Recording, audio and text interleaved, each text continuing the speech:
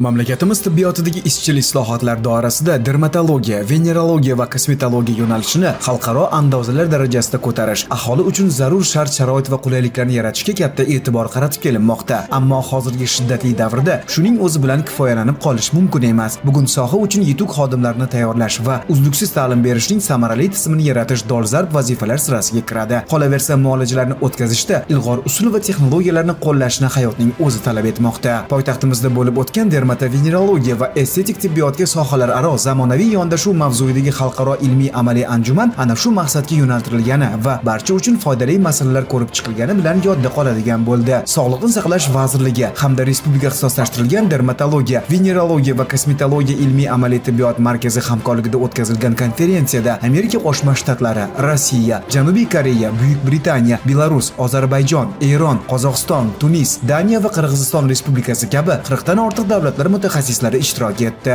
Anjumanda ta'kidlanganidek, yurtimizda so'nggi yillarda sog'liqni saqlash tizimida olib borilayotgan islohotlar yangi bosqichga ko'tarildi. Bu jarayonda prezidentimiz rahbarligida inson qadrini ulug'lash va sog'lom avlodni tarbiyalashga alohida e'tibor qaratilayotgani muhim ahamiyat kasb etmoqda. Aholiga dermatologik, venerologik va kosmetologik yordam ko'rsatish tizimi izchil rivojlanayotgani shu sa'y harakatlar davomidir. Respublika ixtisoslashtirilgan dermatovenerologiya va kosmetologiya ilmiy amaliy tibbiyot markazida jahon standartlariga mos bo'lgan ISO 9001-2015 va ISO 7101-2023 xalqaro sifat sertifikatlari joriy qilindi. Shu munosabat bilan muassasaga maxsus sertifikatlar berilganidan xabaringiz bor. Kezi kelganda mazkur markaz va uning hududiy filiallari yuqori texnologik uskunlar va malakali kadrlar bilan to'liq ta'minlanganini aytish joiz. Raqamlashtirish va teletibbiyot tizimi izchil yo'lga qo'yildi. Zamonaviy diagnostika usullari amaliyotga keng tatbiq etildi. Shu tariqa aholiga ko'rsatilayotgan tibbiy xizmatlar sifatini nafaqat poytaxtimizda, balki hududlarda ham yanada oshirish imkoni yaratildi.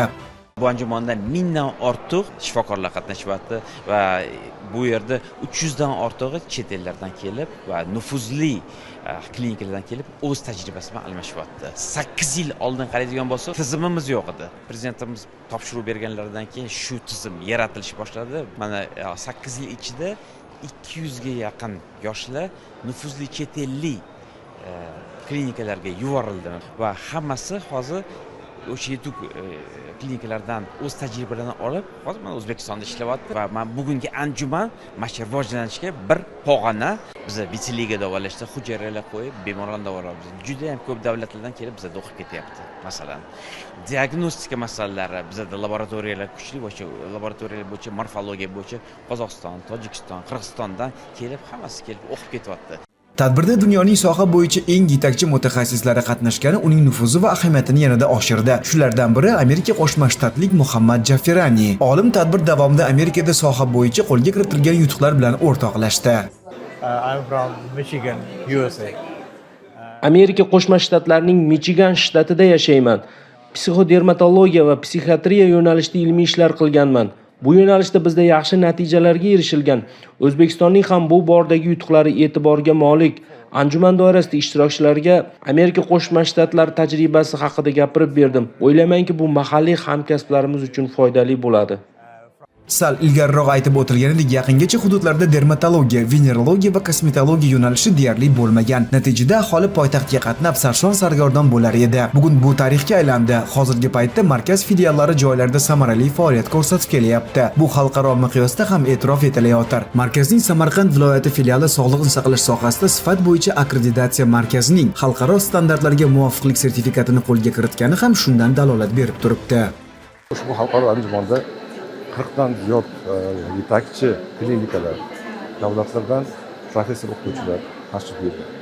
Ushbu tashrif davomida bizga tibbiyot sohasidagi muammolar, ushbu muammolarning yechimlari, olib borilayotgan xalqaro tajriba juda katta muhim ahamiyatga ega. Umuman dermatologiya, venerologiya va kosmetologiya yo'nalishidagi yutuq va natijalarimiz ko'p. Endigi bosqichda ko'rsatkichlarimizni yanada yaxshilash maqsad qilingan bo'lib, xalqaro tadbir davomida qo'lga kiritilgan bilim va tajriba bu borada qo'l keladi. Qolaversa, u nafaqat bizning, balki Markaziy Osiyodagi barcha davlatlarning mutaxassislari uchun muhim platforma vazifasini o'tadi.